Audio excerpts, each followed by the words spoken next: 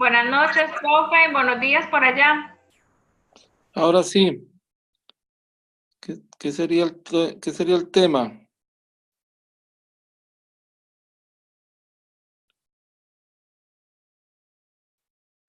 Buenos días, buenas noches, o no sé, ya no sé ni qué hora es. ¿Ya se han podido conectar? Hola, Ahora, profe. ¿Cómo está? ahora, muy bien, tuve trasnochado, pero bien. Me imagino. Buenos días. Voy a Buenos pasar el días. link de esto a los demás. Ok, Bueno, Ya yo tengo audio también, pero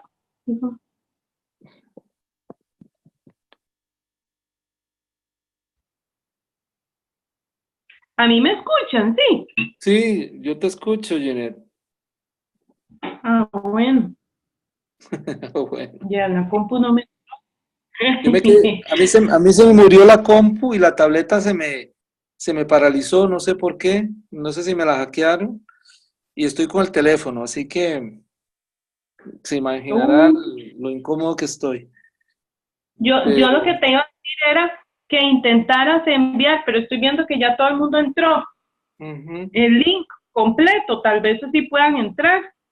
es que lo único que me aparece es el que yo les di, ese 872-445 y 3872, nada más. Mm, qué raro. ¿Y yo cómo se enviará esto de aquí? Por ahí les están enviando el link. Hola, Voy a profesora. decir, Sí, aquí lo mandó. ya lo envió Angie. Ok.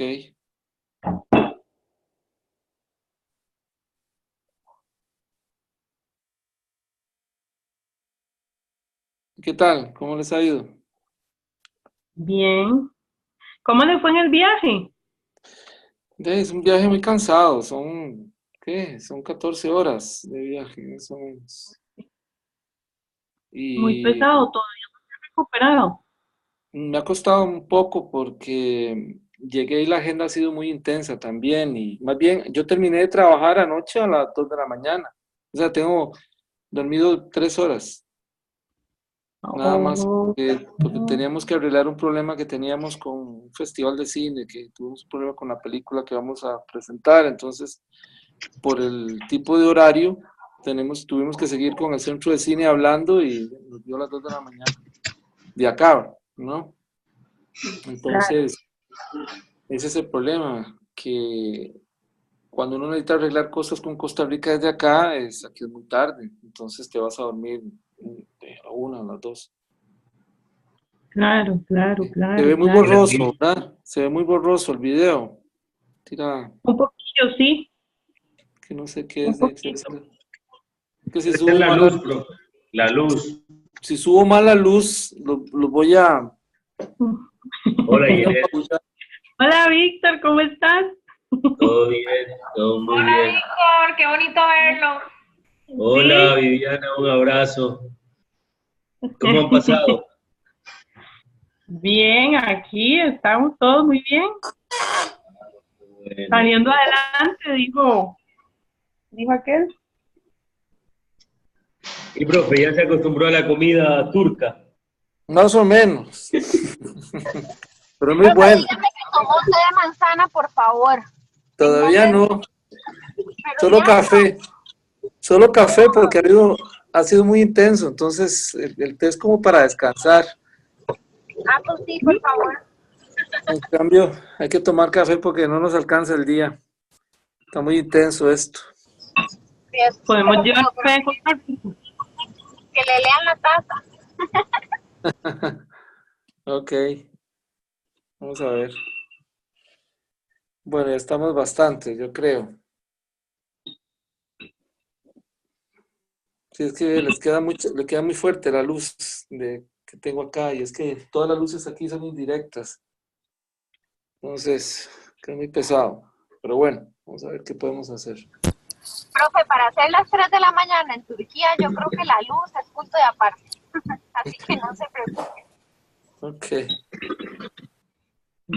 bueno. ¿Cuántos estamos ya? ¿Quién nos puede contar? Somos 10. Ok, vamos a empezar con 10. Ok, vamos a ver. Tenemos a Mario Raonet, tenemos a Víctor Bravo, a Kenneth López, Viviana,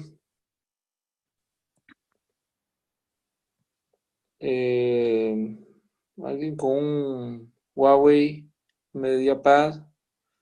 Ah, seguro soy yo. Ujú. Tenemos a Dayan, Kenneth, Junior Hernández, María Jesús, Angie. Ok, Profe, aquí estamos nosotras. ok. Angie, Ale y yo estamos aquí haciendo que juntos. hacemos. Ok, Saludos. igual. Estamos igual. reunidas también, profe. Estamos haciendo que hacemos. Ok, lástima que está muy oscuro. Creo que se hubiera enseñado el paisaje. No se ve nada. No se ve nada. Uno está durmiendo. Bueno, vamos a darle prisa. Bueno, a ver, ¿pudieron leer la lectura? ¿Alguien que tenga algún comentario sobre la lectura? ¿Alguien? A ver, comentarios, preguntas. Nada, ninguno. ¿Qué va? Se me hace que no la leyeron. Profe, vea, yo le voy a ser sincera, yo no las pude leer porque como yo vi el mensaje ahora de que estaban en el Dropbox, entonces no me dio tiempo. Pero estaban desde la última clase, o sea, desde hace varias clases estaban los textos, todos, Ah, vea, es claro, que yo tengo en la problemas con el bibliografía. Dropbox. En la bibliografía estaban. Lo que tiene que hacer es que cada vez que va a volver a entrar o sea, cada vez que va a haber una lectura, renueve el link del Dropbox que yo le envié, porque a veces Ajá. para poder accesar algunos movimientos que a veces yo hago de cambiar la lectura de un lugar a otro para que les quede más fácil, eh, tienen que renovarlo porque si no, no tienen acceso. Bueno, vamos a ver el concepto de paradiplomacia. El concepto de paradiplomacia, bueno, es un concepto, es una palabra compuesta que se refiere a las relaciones diplomáticas que se establecen entre sujetos activos, que también pueden ser sujetos pasivos, pero básicamente son sujetos activos que no son estados y que si bien tampoco son del sector privado, ni académico necesariamente, obedecen a un sector público, regional, o a veces, dependiendo de la división política que tenga el área de donde es la agrupación que está haciendo el contacto diplomático, esté dividida, porque eso depende si son básicamente o regionales, a veces inclusive pueden ser cantonales o pueden ser provinciales. Entonces eso depende un poco de cuál es la estructura política, geográfica de donde se instala los sujetos activos que van a generar esta diplomacia. En los países como en Europa, básicamente, donde hay bueno, cada vez siempre se vino apostando en los últimos años a una reducción de la soberanía, pero una ampliación de la participación por ciudades o regional, lo cual generaba, de acuerdo a varios autores, generaba una participación más democrática de los ciudadanos, porque podrían organizarse dependiendo de sus condados, ciudades, regiones, para generar contactos que pudiesen apoyar iniciativas y acciones en el desarrollo desde sus regiones. Y los temas que también se pueden ver en la paradiplomacia son temas que también están muy asociados a los que nosotros hemos estado viendo durante estos clases, que tienen que ver con diplomacia cultural, diplomacia comercial, diplomacia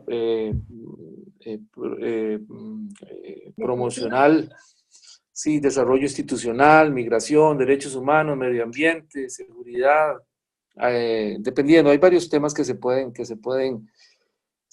subir en este tipo de diplomacia. Ahora, también se hace mención en algunos lugares de las lecturas lo que se denomina bueno, están varias, está la paradiplomacia, la que estamos explicando, está la diplomacia pública, que ya la habíamos visto, y la diferencia básicamente es que la paradiplomacia, la diplomacia pública no suele ser tan extrajurisdiccional como lo es la diplomacia, la paradiplomacia, es decir, la diplomacia pública se da más en el ambiente general, donde los gobiernos están establecidos, tiene que ver más con el ámbito estatal, mientras que la paradiplomacia tiene una incidencia más internacional de sectores más pequeños y que no necesariamente tienen que ser dentro de su misma jurisdiccionalidad, sino que busca contactarse con otras pequeñas regiones o ciudades o condados que están fuera de su área a veces nacional. Después está la protodiplomacia. La protodiplomacia tiene que ver con aquellos estados, hay dos ejemplos que se citan en el libro y en algunas otras, en otros autores, que tienen que ver con aquellos estados que no han alcanzado su formación como estados independientes.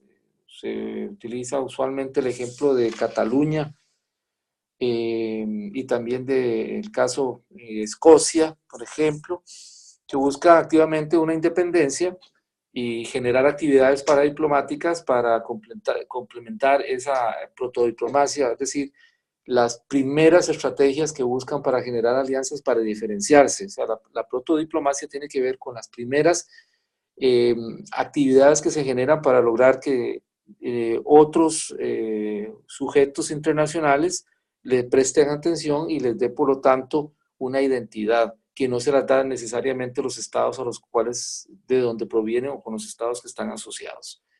Esa es la diferencia un poco entre protodiplomacia, que son, digamos, estas naciones sin estado, por decirlo así, y que generan, en algunos casos, a veces conflicto dentro de la diplomacia tradicional. ¿Por qué? Porque los estados les impiden tener representación jurídica internacional o les prohíben tener esa independencia precisamente para no romper el orden estatal. De eso se han visto algunos casos últimamente, precisamente con la independencia de Cataluña, por ejemplo. Ahora, en algunos casos, los casos de paradiplomacia pueden convivir sin ningún problema con la diplomacia tradicional, dependiendo de cuáles son los niveles en el gobierno que se van ejerciendo. Uno de los ejemplos más tradicionales de paradiplomacia es lo que se ha venido conociendo como hermanamientos municipales. No sé si ustedes han escuchado esa palabra. Las municipalidades han tenido en los últimos, no sé, 50, 70 años, más todavía, pero digamos se consolidó más, se consolidó como una tendencia más independiente y con resultados más claros, lo que nosotros hemos denominado los hermanamientos municipales. ¿Qué son los hermanamientos municipales? Bueno, los gobiernos locales en algunos países, sobre todo los europeos, tienen una capacidad de independencia bastante grande, sobre todo porque esa independencia está basada en una autonomía en varios sectores, pero sobre todo en el cobro de sus impuestos, que les da una capacidad de maniobra económica financiera para poder generar su propia imagen de marca regional o de marca municipal, y financiar intercambios que tienen que ver con intercambios de todo tipo, como habíamos mencionado. Tienen que ver con intercambios comerciales, usualmente de cooperación también, y de infraestructura. Y, por ejemplo, entonces en ese campo es muy conocido, por ejemplo, que la ciudad de San José, por ejemplo, tenga un hermanamiento con la ciudad de, qué sé yo, de Madrid, y sus directores, sus jefes, sus alcaldes, que son los representantes de estas municipalidades, generan una serie de lazos y vínculos con sus homónimos, con sus otros alcaldes de estas ciudades. Profe, Sí, dime. una consulta que me dice María Jesús, que la ha escrito, dice, si participa una oficina de un ministerio, ¿esto se puede considerar como paradiplomacia, teniendo en cuenta que hay varios ministerios, varias instituciones que tienen una dirección de relaciones internacionales? A menos, por ejemplo, no sé si lo tenga la Asamblea de Costa Rica, aquí en Ecuador hay una dirección dentro de la propia asamblea que se encarga de las relaciones internacionales y ese tipo de cosas. ¿Eso se puede considerar como paradiplomacia? Bueno, no necesariamente, porque, a ver, lo que sucede por ejemplo, la Asamblea Legislativa entra más en lo que hemos denominado o se denomina la diplomacia parlamentaria, que tiene unos niveles de conexión más que todo en el análisis, en el intercambio de la toma de decisiones y la generación de nuevas legislaciones. No necesariamente tiene que ver con el desarrollo de algunas disciplinas. A nivel ministerial, también es un poco difícil verlo porque en la paradiplomacia tiene que haber un cierto grado de autonomía y tiene que haber un grado de autonomía regional, pero también una autonomía basada en la financiación y la creación de estos elementos de cooperación. Tienen que ver más con la generación de los lazos y vínculos que tienen que ver con las regiones y con ciertas regiones que han tomado mucha preponderancia. Por ejemplo, Mato Grosso en Brasil, Los Ángeles, California, el mismo Houston, que son áreas regionales que tienen un muy alto grado de independencia y financiamiento porque esta independencia les permite cobrar sus propios impuestos a nivel casi federal y entonces se refiere un poco más a esa independencia. Profesor, ¿me Ujú. escucha? Sí, lo que hay que hablar es un poquito despacio para que no se pegue el audio. Ok. Lo que pasa es que entonces no me queda clara la diferencia entre proto y para, porque yo estaba pensando, perdón, estaba pensando en, por ejemplo, la relación que pueda tener un departamento de asuntos exteriores y comercio, por ejemplo, propiamente, y una oficina de deportes de un departamento de salud, por ejemplo, que desarrollen un programa de diplomacia deportiva, por ejemplo, y Sí. esta hace una relación con otra región, un país. ¿Eso es proto o para o diplomacia? Eso sería más cercano a la paradiplomacia, pero sería más bien un poco más de diplomacia pública, porque el hecho de que esté dentro de un ministerio, ya eso le da, digamos, una pertenencia ya a un sistema dado, como un departamento de cooperación internacional, que de hecho las instituciones nacionales cada vez tienen sus propios departamentos de cooperación internacional y generan una serie de lazos.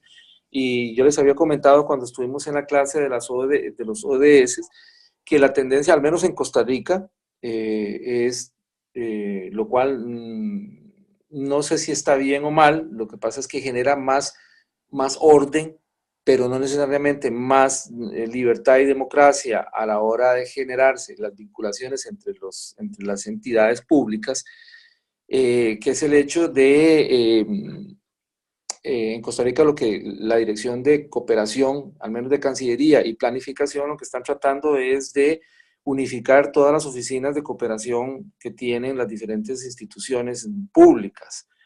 ahí hay hay un alto grado de diplomacia pública y hay un cierto grado de diplomacia, de paradiplomacia, porque evidentemente no son entes estatales como tales, como la diplomacia tradicional. Sin embargo, no tienen una independencia para poder llamarse necesariamente paradiplomacia.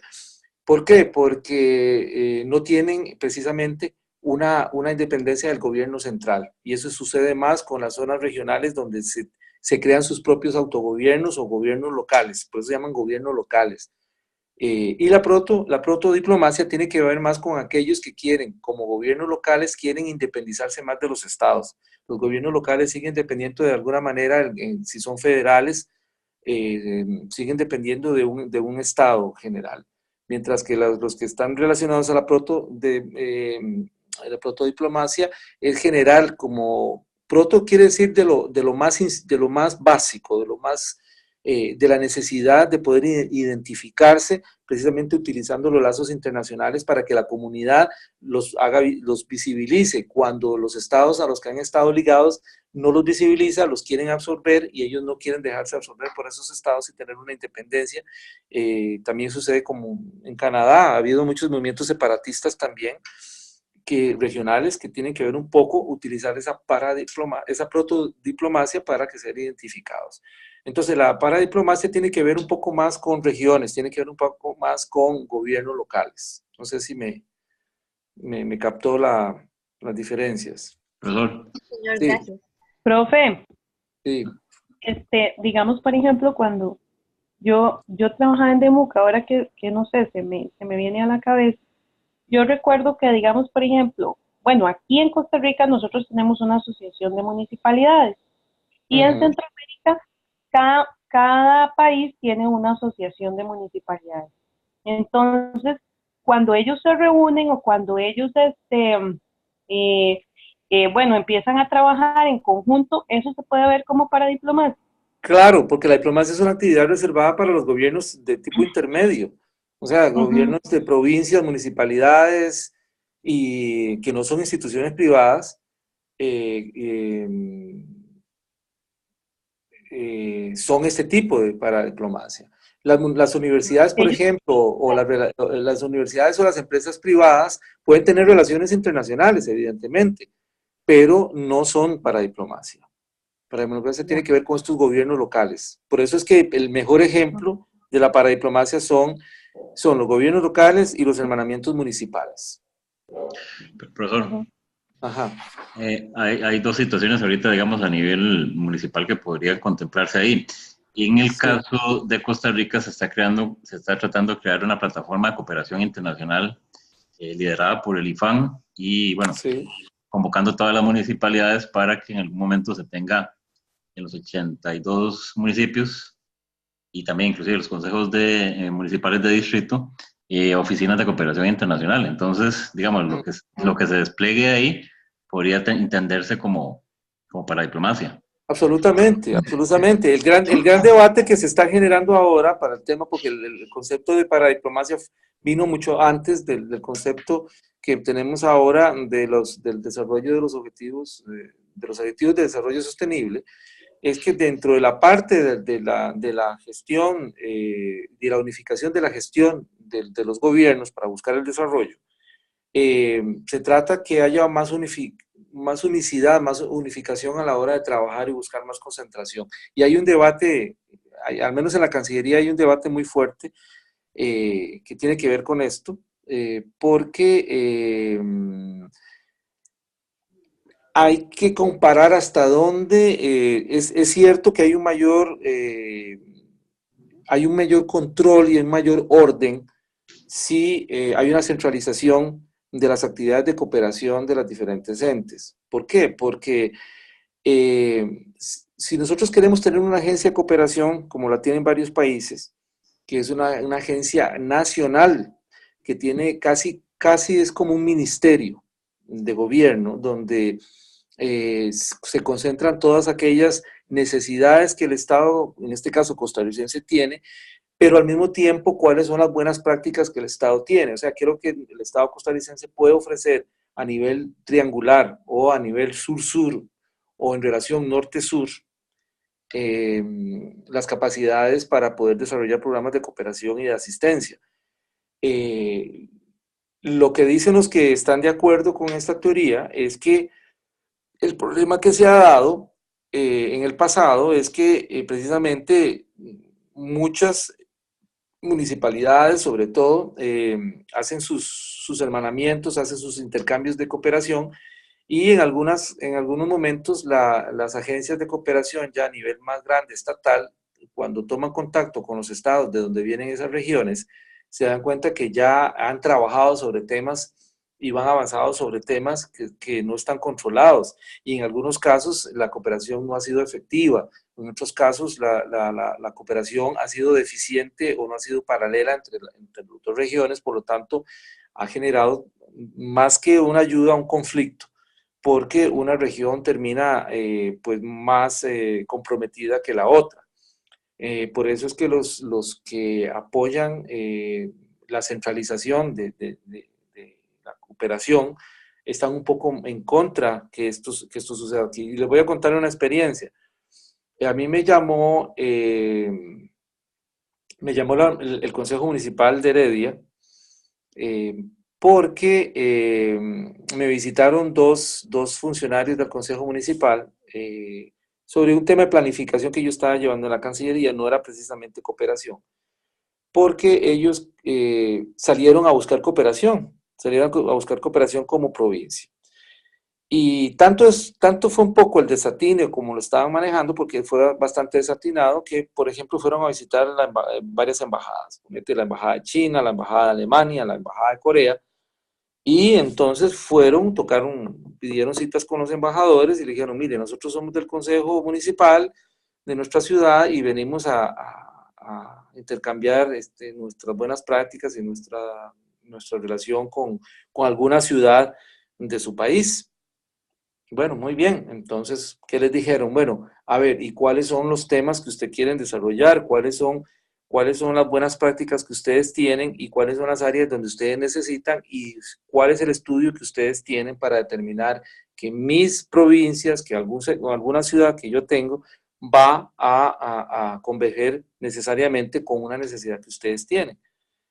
Y la respuesta fue silencio, porque no había un planeamiento específico sobre cuáles eran las necesidades y cuáles eran los ofrecimientos. Entonces, ¿qué quiere decir esto?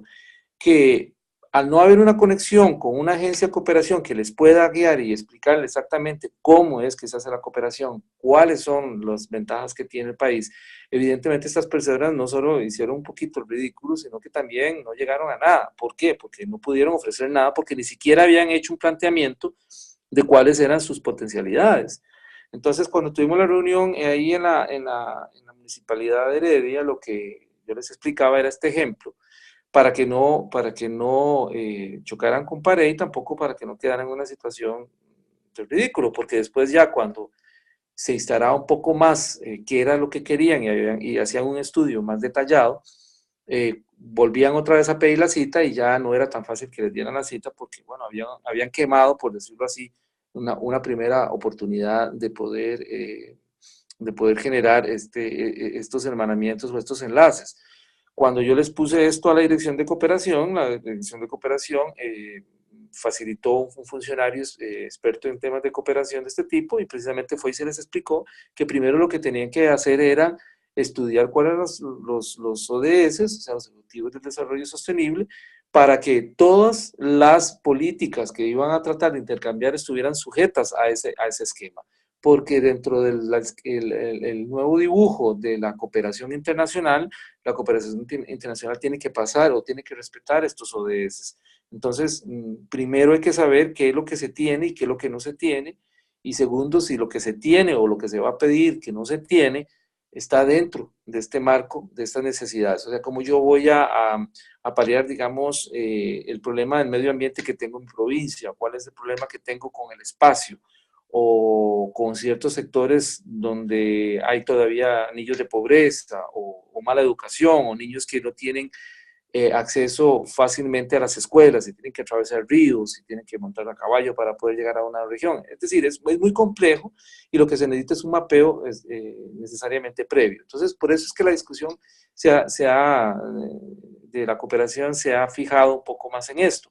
Y se les explicó muy bien que para lo que ellos buscan, exactamente buscar esta paradiplomacia por sus propias cuentas, tienen que de alguna forma certificarse ante una agencia de cooperación, o al menos por el momento de la Dirección de Cooperación y de la Cancillería y Cooperación de Planificación, para que esta solicitud de cooperación y estos hermanamientos sean realmente efectivos, porque si no, en muchos casos, muchos de los programas, primero, o no logran hacer el hermanamiento, porque si lo hacen con países que ya van muy adelante en el conocimiento y en el manejo de estas prácticas, pues no los van a escuchar y les van a pedir que hagan una serie de ajustes que ellos no van a saber cuáles son. Entonces, lo más importante aquí es que hay un principio que para generar estas paradiplomacias es importante saber cuáles son las líneas de conexión y para ir a buscar esos hermanamientos tienen que tener muy claro cómo es que lo van a hacer. Entonces, es muy importante poder generar este conocimiento para poder exactamente hacer estas conexiones. También se trata de centralizar un poco, es decir, que los gobiernos regionales busquen en una agencia de cooperación, que la agencia se abra a otras agencias de cooperación y estas generen toda una serie de encadenamientos mejores coordinados, siguiendo políticas de desarrollo ya fijas y procedimientos controlados para saber exactamente cuáles son los temas que se están intercambiando. Entonces, aquí hay todo un debate, porque la paradiplomacia fue muy bien aceptada en su mejor apogeo, porque generaba una forma democrática de las regiones de poder participar en el movimiento internacional sin tener que pasar por los gobiernos centrales. Sin embargo, con estas nuevas tendencias actuales, si eso no se hace, los que avalan la centralización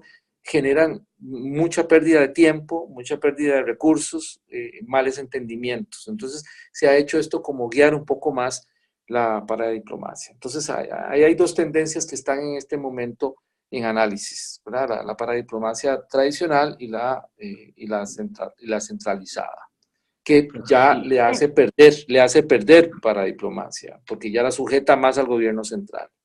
Dos cositas adicionales. Bueno, con relación a eso, también del tema constitucional de la autonomía, dentro de la cual está la administrativa y la política, ¿verdad? Que entonces garantizada para nuestros municipios, por un lado, ¿verdad? Y también la consulta, porque por ejemplo, yo sé que la Asociación Nacional de Alcaldías e Intendencias han hecho intentos también de formalizar lazos con organismos o con entidades de similar magnitud a estas, pero estas se rigen bajo un esquema de asociación privada. Entonces ahí no hablaríamos de paradiplomacia, ¿verdad? Si fuera que si se establecieran lazos entre ANAI y algún similar de otro país, ahí sí no estaríamos en este concepto, ¿verdad? Y bueno, porque la diplomacia básicamente es una actividad que la palabra diplomacia viene básicamente tradicionalmente, como lo hemos visto en los cursos anteriores, viene de una relación de Estado a Estado, de Estado hacia la comunidad internacional. Entonces, evidentemente, lo que se busca o lo que se mantiene dentro de la parte ya no para, que es como un agregado que no es completamente diplomacia tradicional, respeta al menos el hecho de que exista una vinculación pública, es decir, que sea una región que tiene una autonomía pública organizada como gobierno local, no como una empresa privada o no como una universidad, por ejemplo, que era lo que vimos anteriormente. Sí tiene que haber una estructura política y una independencia política para poder hacer esto, para que pueda entrar dentro del concepto tradicional de paradiplomacia. Y de hecho, esto tiene que ver mucho con toda la discusión que también se da en el texto que les envié, precisamente para poder aclarar muchos de los conceptos que se han buscado para digamos, enmarcar este tema de la paradiplomacia. hay una serie de conceptos en relación a la actividad internacional que pueden tener las regiones y que pueden generar muchas complejidades desde la misma entidad hacia la variedad de ciertas actividades internacionales. Es decir, hay una gran variedad de cómo estas entidades, el tamaño, la locación que tiene, por un lado, y por otro lado las diferentes actividades. Por ejemplo, si es un gobierno rural, pues evidentemente la actividad rural, la agrícola, va a ser el centro de su enfoque. Por otro lado, si es una ciudad que está, por ejemplo, en una mina o cerca de yacimientos naturales, pues evidentemente va a tener otra proyección. Si está dentro de un parque, si tiene parques nacionales, o por ejemplo como Lagunilla en Heredia, que tiene una serie de desarrollos de polos de zonas francas, pues evidentemente ese es el potencial que tiene. Y precisamente a la Municipalidad de Heredia les pedimos que identificaran todas las ramas que tenían dentro de su propia estructura, porque por ejemplo tenían, digamos, una parte acuífera en el norte, tenían una parte industrial más hacia el sur, tenían una parte de desarrollo agrario, tenían también una parte comercial. Entonces en este caso ni siquiera habían entrado digamos, a diferenciar exactamente cuáles eran las actividades que querían o que podían desarrollar. Entonces es muy importante para poder empezar a definir exactamente cuáles son las áreas de actividad y cómo van a definir esta paradiplomacia. Es muy importante saber con qué es lo que se cuente, cuáles son las áreas, tanto de la complejidad misma del gobierno local como de las actividades que tiene potencialmente para desarrollar y de las necesidades que también tiene, porque por ejemplo algunos necesitan infraestructura. Por ejemplo, yo recuerdo que estuvimos trabajando una vez para un hermanamiento con Bélgica y precisamente, bueno, a los belgas lo que les interesaba era un poco el desarrollo de las políticas sobre el manejo de áreas que tenían que ver con parques nacionales, por ejemplo, que ellos casi no tienen esto. Y en este caso a Costa Rica le interesaba las ciclovías, por ejemplo, que en Bélgica hay un desarrollo bastante importante de cómo planificar las ciclovías. Entonces ahí habían dos necesidades que entraban en juego, más que o sea, se identificaron primero necesidades más que ofrecimientos de cada uno de los gobiernos locales.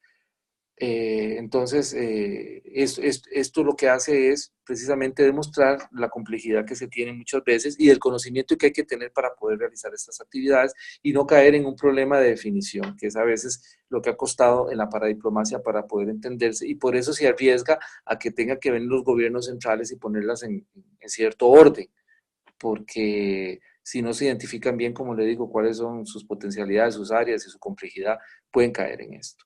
Entonces, a través del texto que hemos visto, inclusive se hace un análisis del origen del concepto dentro del derecho internacional, cuáles son las capacidades como sujeto internacional, y evidentemente han tratado de tener una identidad como sujetos internacionales. Sin embargo, no están adheridas a los conceptos tradicionales de sujetos internacionales, porque los sujetos internacionales pues han venido evolucionando, como lo vimos en las primeras clases, más que todo en los surgimientos de los estados, en las organizaciones internacionales, y luego un poco más en las ONGs, que ya no son gobiernos locales, sino que son trabajos evidentemente en algunas áreas políticas, que no son para diplomacia necesariamente.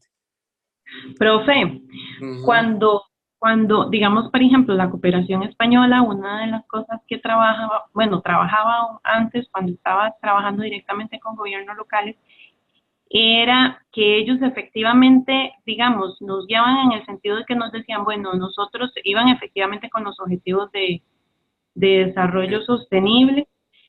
Costa Rica había priorizado el tema de gobernabilidad en la parte de lo que era gobierno local. Entonces, nosotros lo que hacíamos era precisamente trabajar directamente con los gobiernos locales de Centroamérica y era orientando mucho al fortalecimiento de la gobernabilidad, que era aquí, digamos, una de las grandes deficiencias que teníamos, obviamente en comparación con España, ¿verdad? Que ellos tienen pues una autonomía pues prácticamente completa, son municipios muchísimo más fuertes y los nuestros pues algunos no, ¿verdad? Entonces se iba guiando en diferentes temas, eso, ordenamiento territorial, el tema, por ejemplo, político, cómo se dividían en Costa Rica los gobiernos locales, la alcaldía y el consejo municipal, y digamos el conflicto que eso generaba para la gobernabilidad local en muchas ocasiones, y luego a nivel centroamericano, cómo se podían ir fortaleciendo un poco esas estructuras municipales, y ellos lo que hacían pues era irlos guiando a las municipalidades en esa línea, pero eso ellos aprendieron un poco y ahora es como está trabajando a nivel de Centroamérica, con una federación y tratando de dar un poco de cooperación. Y eso que decía Junior, con el tema de los alcaldes, de hecho, ellos tengo entendido que han estado trabajando con otros gobiernos, creo que estuvieron en Polonia, no sé si fue Polonia donde estuvieron los alcaldes, han estado en Colombia, viendo lo que es el tema de planificación urbana, pero eso no sé cómo se podría llamar porque efectivamente es una asociación privada con fondos públicos, pero finalmente es una asociación de alcaldes, ¿no es? Claro, lo que pasa es que la paradiplomacia puede tener, a ver, pueden tener varios matices, es decir, muchos autores hablan de paradiplomacia directa e indirecta, por ejemplo. Entonces, en los casos en que se recurren a fondos privados o se hacen asociaciones privadas, evidentemente hay digamos, una convergencia más indirecta, porque también hasta se habla de convergente y constitutiva, es decir, tiene que ver exactamente con cuál es la conexión con el gobierno central o con los gobiernos intermedios. Entonces, depende de cuáles son, digamos, en las formas de actuar y desarrollar los programas que tienen, evidentemente van a tener toda esta variedad. Por eso creo que es muy importante, si ustedes tienen la oportunidad de trabajar y generar este tipo de relaciones paradiplomáticas, es muy importante tener muy claro exactamente cuáles son las vías y cuáles son los impactos. Es decir, si yo voy a actuar directamente con otro gobierno local o va a ser indirectamente, por ejemplo, no sé, apoyando un programa que ese programa ya tiene una propia independencia y se puede utilizar más bien para generar la atención, para llamar la atención o para generar presión sobre algún sector particular que luego pueda generarme a mí inclusive votos para independizarme, digamos lo que pasó mucho ha pasado con Cataluña y ha pasado un poco inclusive pasó en Chiapas también en México, que tuvo una situación bastante complicada, ¿verdad? Cuando trató de generar un movimiento muy separatista, pero ellos han venido trabajando lo que se llama la marca regional, que tiene que ver con lo que habíamos hablado de marca país. Lo que pasa es que la marca país tiene también varios estratos, o sea, yo puedo generar una marca país de Costa Rica, por ejemplo, pero puedo generar una marca provincial y puedo también generar una marca regional, precisamente haciendo un inventario de esos assets, como es en inglés, como de esas características, bienes que yo tengo, ya sean bienes abstractos o bienes concretos, que me permiten a mí tener una capacidad de poder negociar con otras regiones y poder ofrecer a otras regiones y alimentarme de otras regiones. Por ejemplo, hay regiones en Europa donde, por ejemplo en Italia, donde la especialización en la producción de ciertas industrias es muy poderosa. Por ejemplo, la generación de zapatos o de ropa.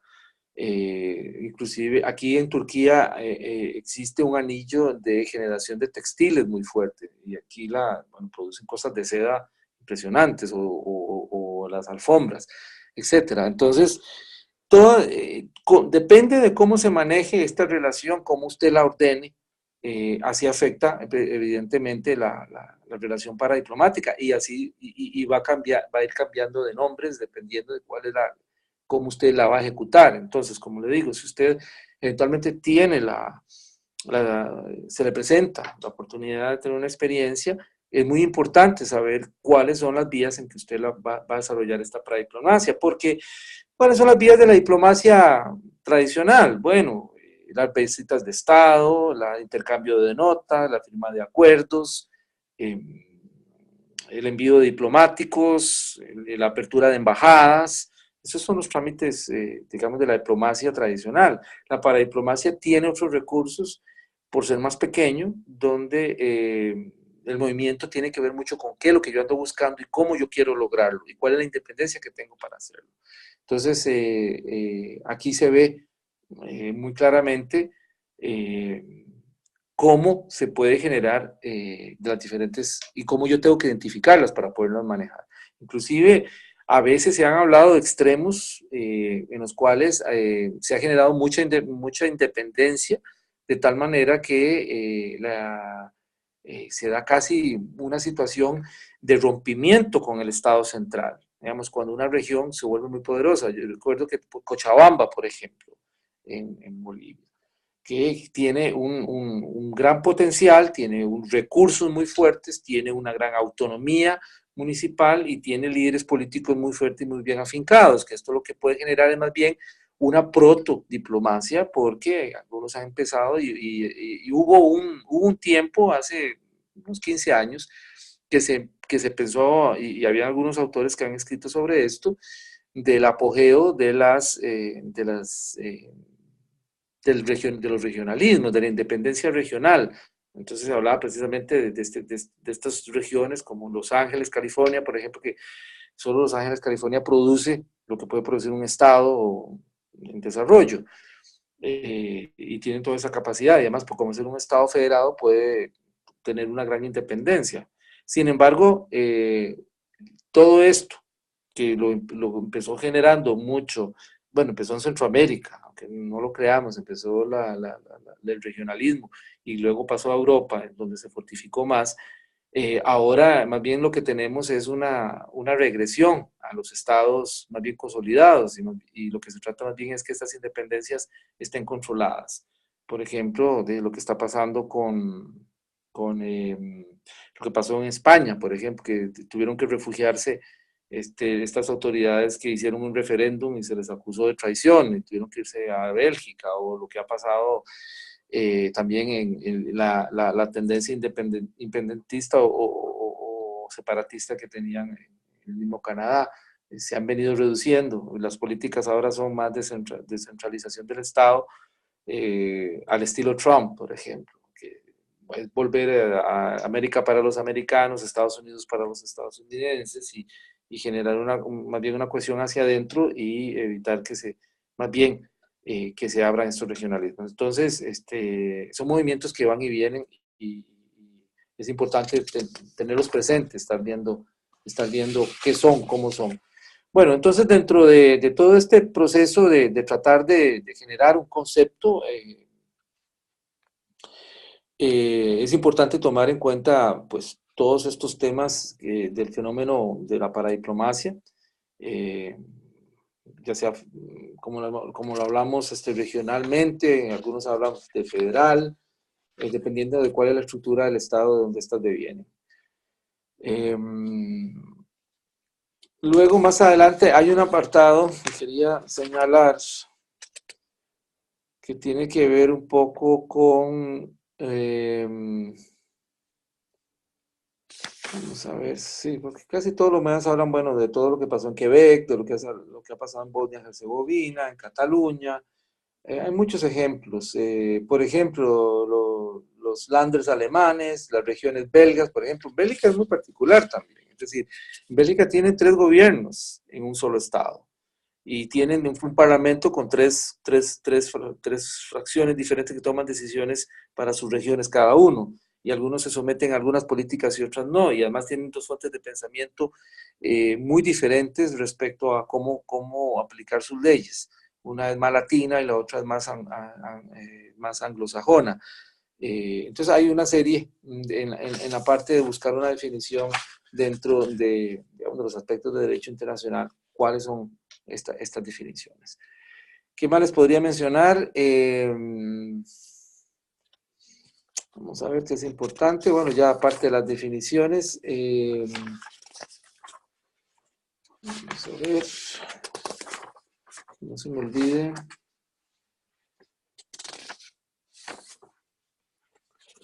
Bueno, la generación como consecuencia de la diplomacia ha tenido una tendencia, como les decía, hacia lo que se denominan las marcas regionales o las marcas territoriales. Y es una consecuencia de cómo ir independizándose o cómo se han venido independizando a través de la historia estas regiones, tratando de buscar su propia imagen. Entonces, eso es lo que hablaba un poco cuando se generan una serie de políticas muy fuertes que tienen que ver con cómo yo vendo mi región. En Europa ha pasado mucho con la independencia porque son los que han empujado mucho. También en China tienen otra forma también que tiene que ver, que es diferente evidentemente porque tiene que ver con el Estado central, pero sí tiene que ver con una administración segmentada. Pero lo importante aquí es identificar que estas divisiones que se generan, ya sea en un país muy controlado como China, desde el punto de vista, digamos, de división regional, como en Europa, donde los municipios que tienen una independencia tan grande, por ejemplo, que hay hasta competencias municipales, es decir, venga a vivir un alcalde le puede decir a usted, mire, venga a vivir en mi alcaldía porque aquí sus impuestos sí se ven. Donde usted está ahí, usted está pagando impuestos, pero los impuestos no se ven, no hay desarrollo y hay movimientos entre los pueblos de personas que dicen, no, yo mejor me voy a vivir a esa región o a esa municipalidad o a esa provincia porque ahí tienen campañas, por ejemplo, de control de la contaminación o recolección de basura o reciclaje de materiales que me pueden garantizar a mí una mejor calidad de vida. Y en cambio aquí donde estoy, en esta región, si bien se cobran los impuestos, pues yo no los veo y más bien lo aplica más en la inversión en explotación minera, lo cual a mí no me interesa mucho. Entonces, esa competencia que genera una provincia contra otra es una competencia bastante sana, como usualmente la competencia se ve. Sin embargo, en países donde no se ve la competencia como tal, que no son países liberales o capitalistas como China, tiene que ver un poco más con el desarrollo geográfico y tiene que ver con las capacidades de empleo y tiene que ver también con la inversión que hace el Estado central. Entonces, aquí hay una divergencia en cómo las municipalidades y esta marca que cada una, dependiendo del nivel de independencia que tiene o que se lo dé el Estado central, también se puede identificar. Entonces, eso es muy importante porque se da tanto en un país centralizado como en un país descentralizado. Y, no sé, bueno, en algunos países también tiene que ver, sí, esto es importante, también tiene que ver que en algunos países, por ejemplo, como México, como Argentina, ha habido una tendencia muy abierta de generar legislación que permite independencias a estos sectores, mientras que en algunos no han avanzado en la apertura de lograr esas legitimidades que puedan encontrar jurídicamente las regiones para poder actuar. Y eso tiene que ver, bueno, un poco con los enunciados constitucionales que tengan las constituciones, las cartas magnas de cada país y también los códigos municipales de cada uno de ellos. En cuyo caso, aquí lo importante es, bueno, hasta dónde la paradiplomacia ha tomado digamos, en el concierto o en la definición del derecho internacional público y dentro de las relaciones internacionales, la fortaleza que ha podido generarle a ciertas regiones para poder casi constituirse en algunos casos como actores internacionales. ¿Cuál es el futuro de la paradiplomacia? Bueno, veremos si la tendencia va a ser a centralizarse o va a ser más bien buscar una liberalización o una independencia. Creo que en este momento, con lo que yo denomino el personalismo, en este momento las figuras internacionales, más que una ideología, obedecen a un sistema de la personalidad de sus gobernantes, ¿verdad? Tenemos a Trump con una posición totalmente pro América en el sentido de América por Estados Unidos, no América al continente. Putin, por ejemplo, también es de esa tendencia. Aquí en Turquía con Erdogan también hay una una tendencia a fortalecer el Estado, a generar sus propias, su propia cultura, volver a sus raíces, identificarse muy bien. China también mantiene una hegemonía y quiere mantener también su propia forma de expansión comercial por algún lado. Entonces, y Europa que se encuentra en una autoanálisis desde el Brexit, por ejemplo, que viene también a golpear un poco este concepto que se venía formando de la comunidad para volver más bien al separatismo y alejarse un poco de generar zonas comunes. Entonces, la ola va para ese lado, va un poco para la independencia, por un lado de la independencia y salirse de las comunidades europeas, al estilo europeo, pero por otro lado, fortalecerse como estados y más bien no dejar que sus regiones los abandonen. Entonces, es una tendencia bastante interesante porque a nivel de estados se tienden a separar, pero a nivel regionales se tienden a unir. Entonces, esas dinámicas son necesarias que las tengan presentes a la hora de crear cuál es la estrategia regional, que en el caso que ustedes tuvieran que trabajar en temas de este tipo, tienen que ver ese doble núcleo del manejo de la paradiplomacia moderna que está tomando otros auges y está tratando no de reinventarse, pero sí de definirse a sí misma cuál es el modelo, cuál es la forma en que puede actuar dentro de estos, digamos, vórtices que se generan a nivel político internacional.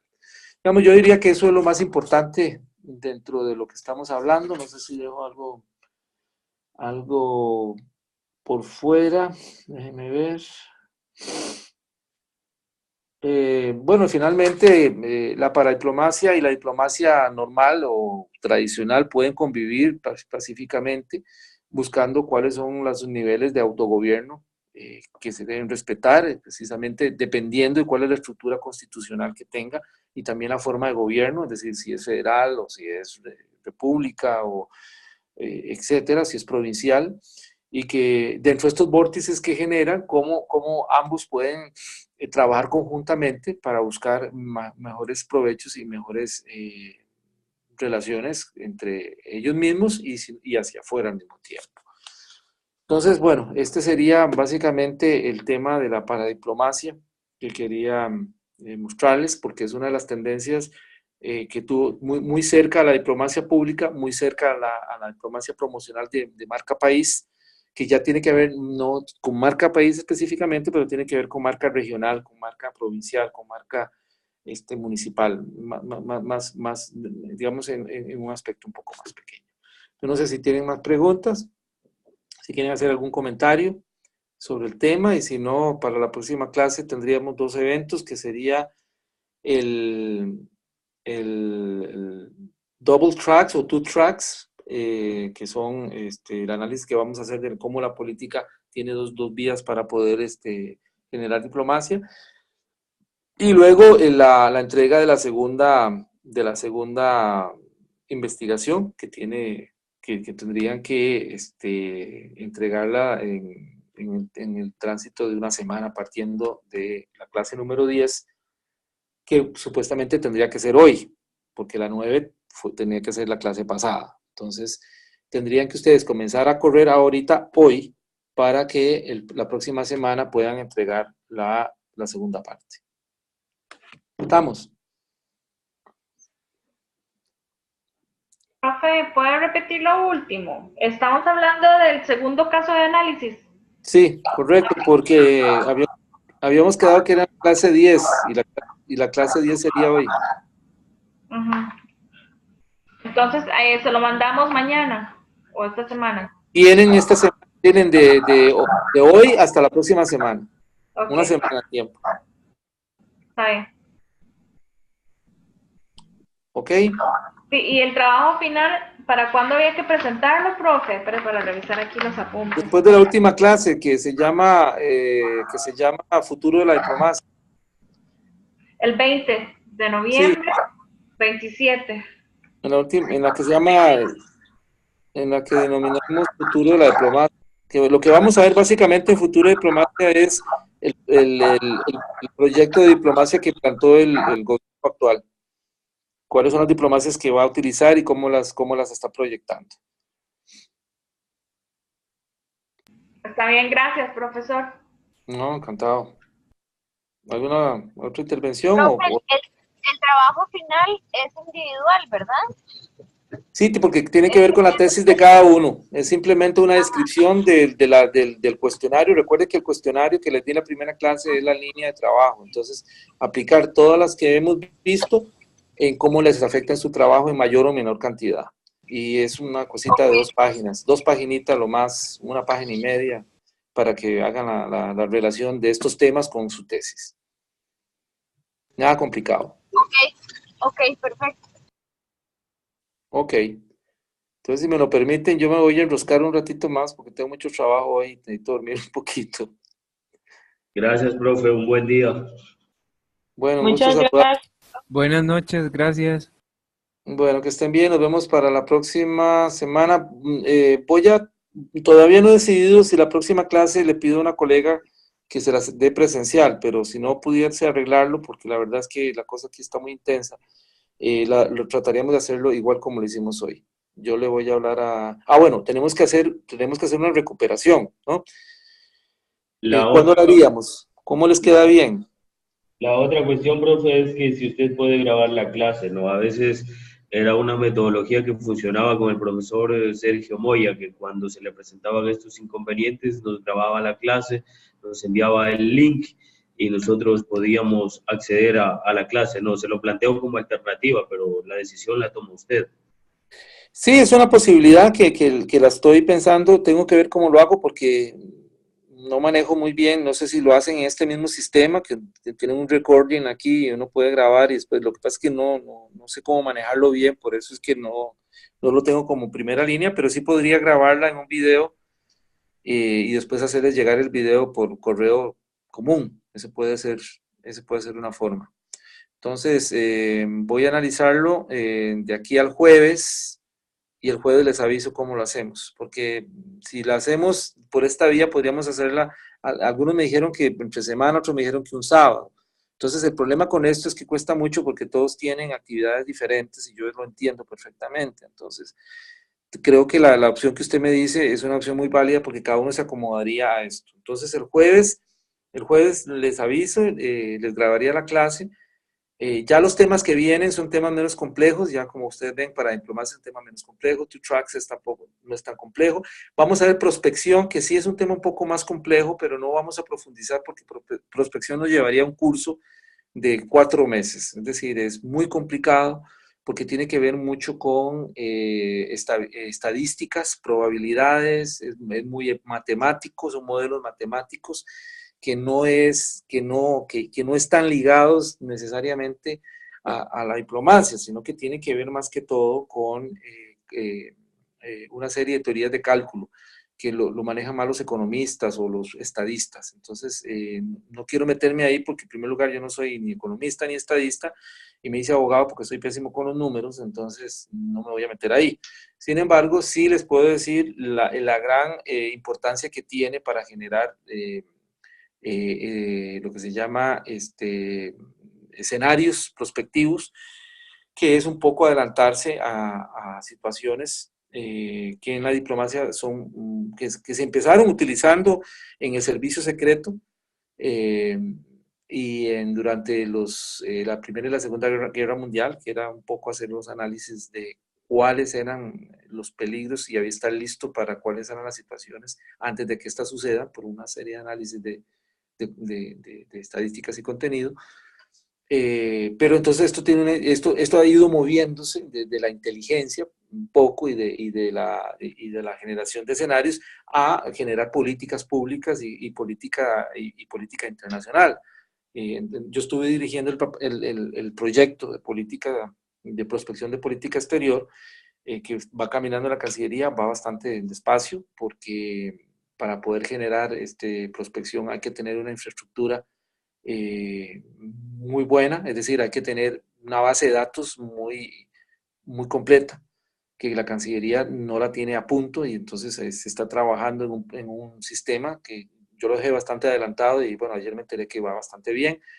Además de eso, herramientas de intercambio de información entre las embajadas y la Cancillería y instituciones nacionales para buscar exactamente cuáles son los momentos propicios y tener decisiones en tiempo real para poder generar respuestas eficientes.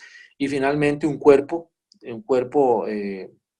que haga el análisis que le va a dar la base de datos y le va a dar este foro, esta interacción entre las embajadas y la Cancillería de las instituciones, para entonces ya hacer lo que propiamente es la perspectiva, que es decir, bueno, está listo para eventos que nuestros diplomáticos tienen que, y nuestros gobernantes sobre todo, que tienen que ver con las decisiones de política exterior, deben tomar ante un aspecto. Entonces, por ejemplo, por decir algo, si en el país B la situación se torna inestable, entonces generar 3 o 4 escenarios para que en el momento de que algo suceda, tener respuestas. Entonces, por decirles, el escenario A puede ser un golpe de Estado, el escenario B puede ser un golpe de Estado propiciado por las fuerzas militares puede ser propiciado por el conglomerado civil, o puede haber un referéndum, o puede haber una renuncia del